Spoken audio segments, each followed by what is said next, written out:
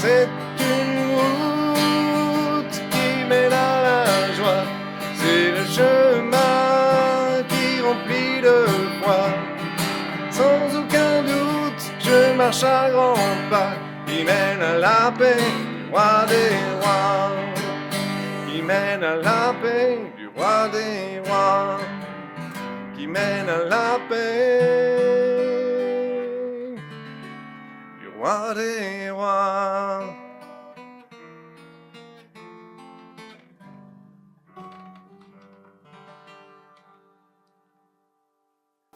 Bonjour à tous. Bonjour. Vous allez bien? Bonjour à ceux qui nous rejoignent sur le net. Dieu vous bénisse. Dieu vous garde. Je vais continuer mon exhortation au sujet de la prière par quelques réflexions ce matin. Je ne vais pas être trop long.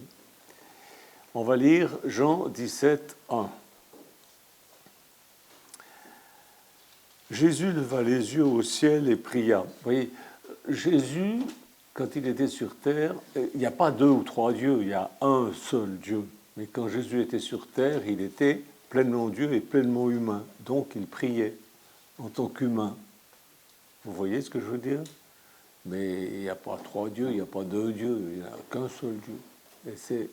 Et Jésus est venu nous révéler le nom du Père. Bon, je ne vais pas vous faire un cours sur la Trinité, mais si vous avez d'autres prédications sur mon site révélationbible.fr où vous trouverez tout ça. Et il a prié, « Ô mon Père, le moment est venu, fais apparaître la gloire de ton Fils, pour qu'à son tour le Fils fasse connaître ta gloire, et qu'il donne la vie éternelle à ceux que tu lui as confiés, puisque tu lui as donné autorité sur toute l'humanité entière. Or, la vie éternelle consiste pour les hommes à te connaître, toi, le Dieu unique et véritable, et celui que tu as envoyé, Jésus-Christ. C'est-à-dire, il était sur terre et il dit, il faut que les gens me connaissent, il faut que les gens connaissent Dieu au travers de moi. J'ai fait connaître ta grandeur et ta gloire sur la terre en menant à bonne fin la mission que tu m'avais confiée. Et maintenant, Père, revêt-moi de gloire en ta présence. Rends-moi cette gloire que j'avais auprès de toi avant le commencement du monde. J'ai montré qui tu étais aux hommes que tu as retirés du monde pour me les confier. Et ils t'appartenaient, c'est pourquoi tu les as conduits vers moi. Tu me les as donnés, ils ont gardé ta parole. Maintenant, ils savent que tout ce que tu m'as donné vient vraiment de toi, car je leur ai transmis fidèlement le message que tu m'avais confié. Ils l'ont accepté et compris. Aussi ont-ils reconnu dans leur cœur, avec une absolue certitude, que je suis venu d'auprès de toi. Ils ont été convaincus que c'est toi qui m'as envoyé, et ils ont cru. Je te prie pour eux. Je ne te prie pas pour le reste des hommes, mais pour ceux que tu m'as confiés, parce qu'ils t'appartiennent. Tout ce qui est à moi t'appartient, comme tout ce qui est à toi m'appartient. Ma gloire divine leur est apparue, elle rayonne en eux. Amen. Beaucoup de choses à dire sur ce texte, évidemment. Mais ce que je veux noter, c'est que ce qu'il faut, c'est que chacun connaisse Dieu personnellement. Pas au travers d'une religion, mais d'une façon personnelle. Beaucoup trop de chrétiens sincères demandent des choses dont ils ont besoin à la mauvaise personne. Pourtant, ces mêmes personnes sont assez intelligentes pour ne pas aller demander des médicaments chez le plombier et ils ne vont pas chez le médecin pour qu'il répare leur tuyauterie. Enfin, oui, je ne parle pas des boyaux, leur plomberie, si vous voulez. Sachez qui est Dieu. Ne vous adressez pas à un vague personnage quelque part dans la stratosphère sans avoir aucune idée de qui il est et comment il agit, comment il réagit. Vous savez, il y a beaucoup d'absurdités mystiques dans ce monde. Et dans le milieu chrétien, il y en a beaucoup aussi. Beaucoup pris comme des mendiants qui mendient à tout venant. Et certains de ces mendiants mendient en espérant, par-ci, par-là, en espérant trouver un milliardaire qui va leur donner ce dont ils ont besoin. Mes frères et sœurs, mes amis, ils vont mieux connaître le milliardaire tout de suite. Il y a un petit proverbe qui dit « vaut mieux s'adresser à Dieu qu'à ses saints ». Je suis complètement d'accord. Reconnaître la véritable identité de Dieu mène toujours à une prière plus intelligente, donc plus efficace. Dieu est notre Père.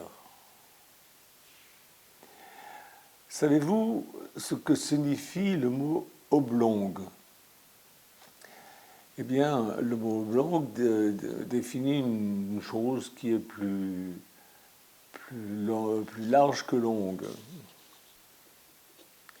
Eh bien, ceux qui prient Dieu sans savoir qu'il est leur Père, ils prient un truc oblong.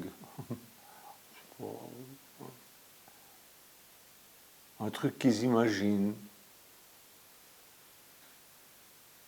Alors, quel genre de réaction pouvons-nous nous attendre si nous traitons Dieu comme une masse oblongue? Le Dieu Tout-Puissant a fait des efforts tout-puissants pour nous parler de lui-même. Il s'est même incarné. Il est venu habiter parmi nous dans la limitation d'un corps humain, Jésus. Alors, l'indifférence à ce qu'il dit est synonyme d'une décision délibérée.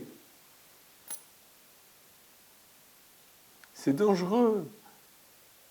C'est dangereux de rester dans l'ignorance, parce que si vous ne cherchez pas Jésus-Christ, si vous ne cherchez pas qui est Dieu, vous risquez de rencontrer le diable. Parce qu'il se déguise en ange de lumière, il se déguise en... Le fait de repousser la plus grande connaissance spirituelle qui ait été donnée, qui ait été révélée, c'est suicidaire. Et Dieu ne peut plus rien pour vous dans ce cas-là. C'est une règle. Je vous parlais la dernière fois au sujet des règles. C'est une règle. Il faut connaître Dieu. La vie éternelle, c'est qu'il te connaisse. Certains me demandent parfois, mais s'il y avait un Dieu tout-puissant, pourquoi il ne fait pas ceci, pourquoi il ne fait pas cela? Mais il est non seulement tout-puissant, mais il est aussi omniscient, c'est-à-dire qu'il sait tout.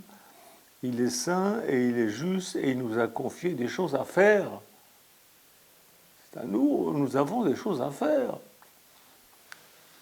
De plus, il a ses propres plans qui ne sont pas susceptibles d'être changés contre une de nos impulsions. On ne demande pas à, par exemple, vous êtes sur la table d'opération, le médecin vous a ouvert, le chirurgien, puis vous dites vous ne pourriez pas me faire un petit café?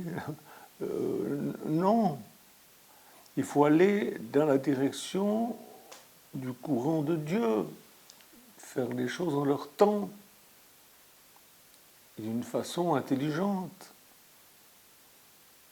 Alors, connaissez-vous Dieu, votre Père, ses voies, ses conseils, son tempérament, parce qu'il a un tempérament. Tous les attributs de Dieu, votre Père, sont révélés dans la Bible. Alors lisez-la. C'est là le secret de la foi. C'est là le chemin vers Dieu, c'est d'être guidé par les Écritures saintes. Beaucoup trop sont dirigés par leurs émotions, par leur imagination. On va lire Jacques 1,17. Jacques 1,17. Il reste toujours égal à lui-même, donc Dieu. il n'y a en lui ni ombre ni variation. Par un acte de sa libre volonté, il nous a fait naître de nouveau par le moyen de la parole de vérité, pour que nous soyons, pour ainsi dire, le premier fruit de sa nouvelle création. Il nous a fait naître de nouveau par le moyen de la parole de vérité. Est-ce que vous êtes né de nouveau par la parole de vérité? Est-ce que vous faites partie de cette nouvelle création qui est sur terre? Qu'est-ce que ça signifie? Il n'y a pas d'ombre en Dieu. Je ne sais pas si vous avez déjà vu, moi j'ai eu l'occasion d'en voir, des cadrans solaires. Ce serait bien qu'on en achète un, c'est beau, les cadrans, il y en a des très beaux. Hein. Une horloge solaire, elle indique les mouvements du soleil par l'ombre qu'elle projette, qu'il projette, le soleil. Quand il est midi, il n'y a pas d'ombre sur l'horloge solaire. Eh bien, c'est ce que Jacques nous dit là. Dieu ne projette pas d'ombre parce qu'il est toujours au zénith, c'est-à-dire il est toujours au point culminant. Et il ne change pas. Il ne varie pas. Il ne décline pas. Il est toujours et pour tous le même Dieu qui répond à la prière.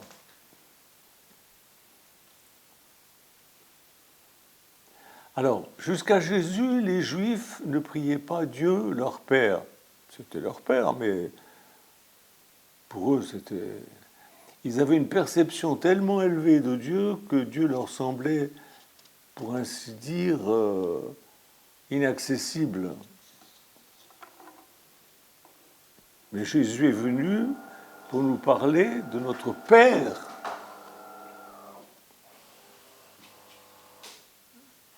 Nous disons de le prier, lui le Père, en son nom. De prier celui qui est notre Père.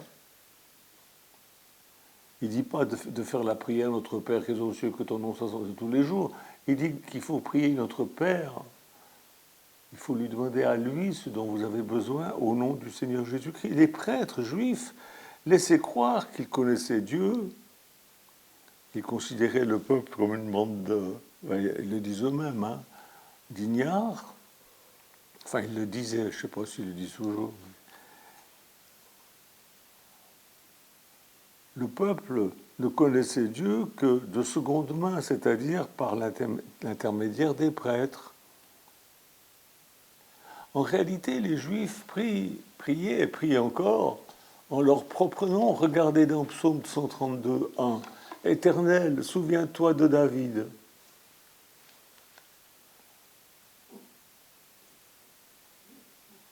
Pour nous, nous savons que notre Père est infiniment supérieur à nous, mais l'invitation à l'appeler Père nous rapproche de lui.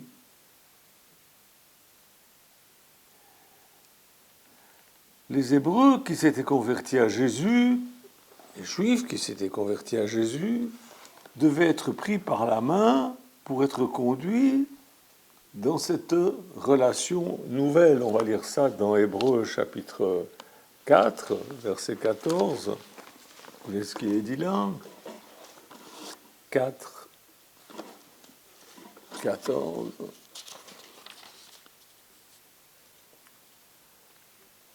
Ainsi, puisque nous avons en Jésus-Christ, le Fils de Dieu, un grand prêtre si éminent qui a traversé les cieux pour pénétrer jusque dans la présence même de Dieu, demeurons fermement attachés à la foi que nous professons et confessons-la fidèlement.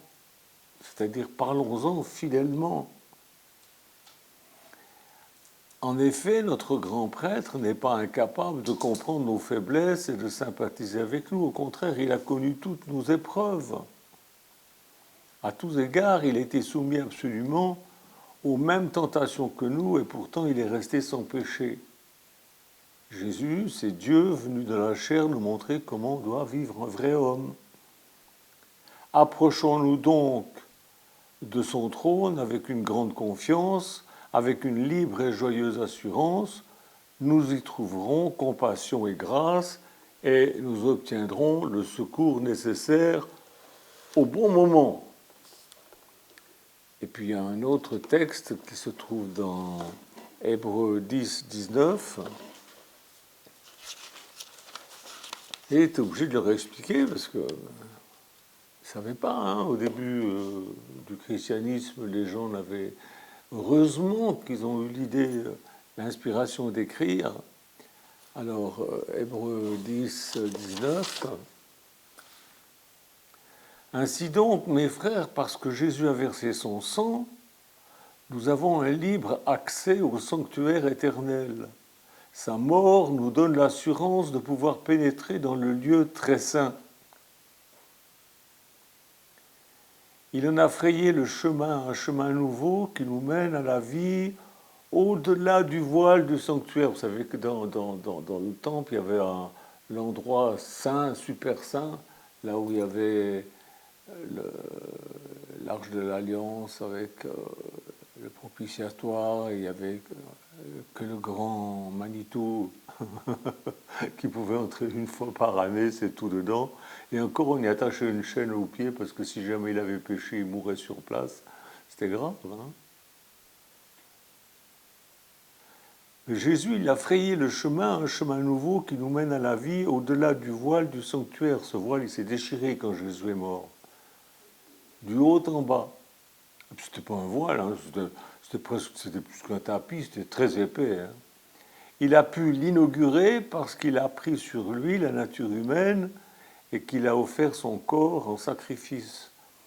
Puisque nous avons un grand prêtre si éminent placé à la tête de la véritable maison de Dieu, allons donc à lui d'un cœur droit et sincère, avec la joyeuse assurance que nous donne la foi, sachant que nos cœurs ont été purifiés de tout ce qui pesait sur nos consciences, tout comme nos corps sont lavés lorsque nous les avons baignés dans l'eau claire. Restons fermement attachés à notre espérance. Celui qui nous a fait les promesses est entièrement digne de confiance et nous pouvons être sûrs qu'il tiendra parole.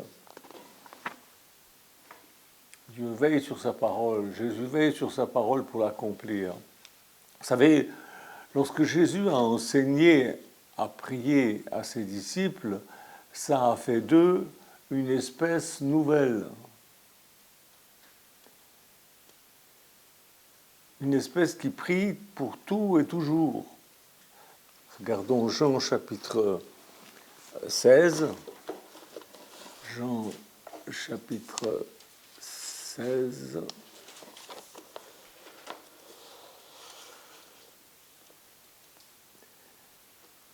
Quand ce jour viendra, vous ne me poserez plus aucune question. Oui, vraiment, je vous l'assure, tout ce que vous demanderez au Père en vous recommandant de moi, il vous l'accordera. Dans d'autres versions, c'est marqué en mon nom, mais j'aime bien comme c'est écrit là, en vous recommandant de moi. Jusqu'ici, vous n'avez rien demandé en vous recommandant de moi. Demandez, vous recevrez, pour que rien ne manque à votre joie. Tout cela, je vous l'ai communiqué en langage figuré, et le temps va venir où je ne me servirai plus d'un langage figuré pour vous parler. Je vous annoncerai ouvertement et en clair ce qui concerne le Père. Et c'est fait. Jésus a parlé pendant 40 jours avec ses disciples. Et c'est pourquoi nous avons maintenant les évangiles, les lettres, les épîtres, tout ça. Et puis il a parlé aussi à Paul.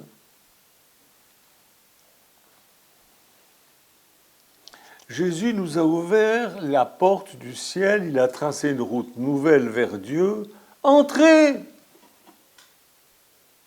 Ne restez pas derrière la porte. Ne frappez pas à une porte qui est déjà ouverte. Vous serez bien accueillis. Dieu ne fait pas de reproches. Dieu ne rejette pas celui qui vient à lui.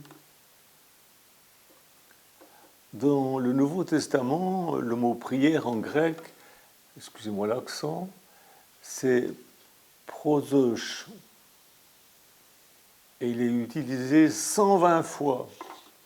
Et puis, Dieu nous donne de nombreuses choses sans qu'on les lui demande. La pluie, le soleil, les 4 saisons de Vivaldi, non pas de Vivaldi, les 4 saisons, Dieu nous donne des tas de choses. Mais il a décidé que d'autres choses nous seraient données si on les demande. Et la liste est longue. Le salut, le baptême dans l'esprit, la direction pour notre vie, les ressources dans le combat spirituel, les dons de l'esprit, le pouvoir de témoigner, la force, l'efficacité, le courage, la libération de l'anxiété, les armes contre le diable, notre pain quotidien, le royaume à venir, la délivrance des épreuves de la vie courante, la guérison, puis beaucoup d'autres choses encore. Lisez ce que la Bible dit à ce sujet. Nous devons même prier pour nos ennemis. Vous voyez, la communication avec Dieu est ce qui distingue les chrétiens. Jésus, par contre, nous interdit de multiplier des paroles vaines et comme par exemple se prosterner 5 fois par jour pour déclarer que Dieu est grand. Il le sait qu'il est grand. Vous voyez ce que je veux dire? Ils ne prient pas. Ils font que de dire toujours que Dieu est grand, Dieu est grand. Moi je dis, si les souhaits étaient des chevaux, les mendiants seraient des cavaliers. Les non-croyants, ils souhaitent, hein, mais les croyants, eux, ils prient avec foi.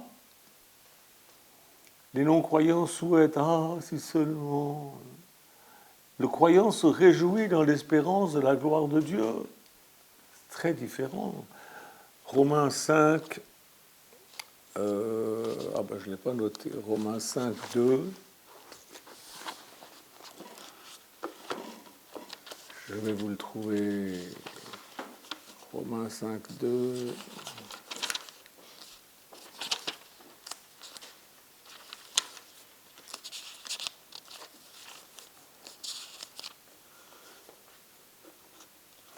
Si donc nous avons, déjà verset 1, si donc nous avons acquis notre justice devant Dieu par la foi, nous sommes en paix avec lui grâce à notre Seigneur Jésus-Christ. Jouissons de cette paix et gardons-la. Oui, c'est Christ qui nous a fait pénétrer dans le lieu où règne la bienveillance divine. Par lui, nous avons un libre accès à la grâce et à la position privilégiée qui est la nôtre. Nous avons le bonheur de pouvoir dès maintenant contempler la gloire de Dieu notre Père et nous regardons vers l'avenir avec une entière confiance. Nous savons que nous serons associés à cette gloire. Notre espérance nous fait exulter de joie, car un jour, toute sa splendeur divine sera la nôtre. Alors nous pourrons même être heureux au milieu des souffrances. C'est ce qu'il continue à dire. Mais j'espère et je prie de tout mon cœur que ce message a fortifié votre foi. Cherchez Dieu, surtout dans la Bible. Il y a des tas de bouquins chrétiens qui sont très bien, mais cherchez Dieu surtout dans la Bible. Pas trop dans les religions, elles sont frelatées très souvent. Cherchez Dieu le Père, votre Père, dans la Bible, avec un esprit d'humilité, de prière. Seigneur, révèle-toi à mon cœur, que je comprenne. Hein, comme disait l'apôtre, vous avez compris, il faut comprendre. Si on ne comprend pas ce qu'on croit, c'est difficile d'avoir la foi, mais c'est bien de pouvoir comprendre. Et la Bible vous aidera à comprendre. Amen. Et quand on comprend, c'est une merveille. Seigneur, je te prie pour chacun et chacune qui regarde cette vidéo ou qui écoute ce message enregistré. Et je te prie, Seigneur mon Dieu, d'étendre ta main sur eux. Je lis tout esprit de maladie, tout esprit de doute, tout esprit de crainte, au nom de Jésus-Christ. vous quittez ces personnes et vous les laissez entrer parce que tu les invites à entrer dans ta sainte présence. Merci mon Seigneur, merci mon Père. Je te le demande dans le nom de Jésus. Amen. Amen. Au revoir.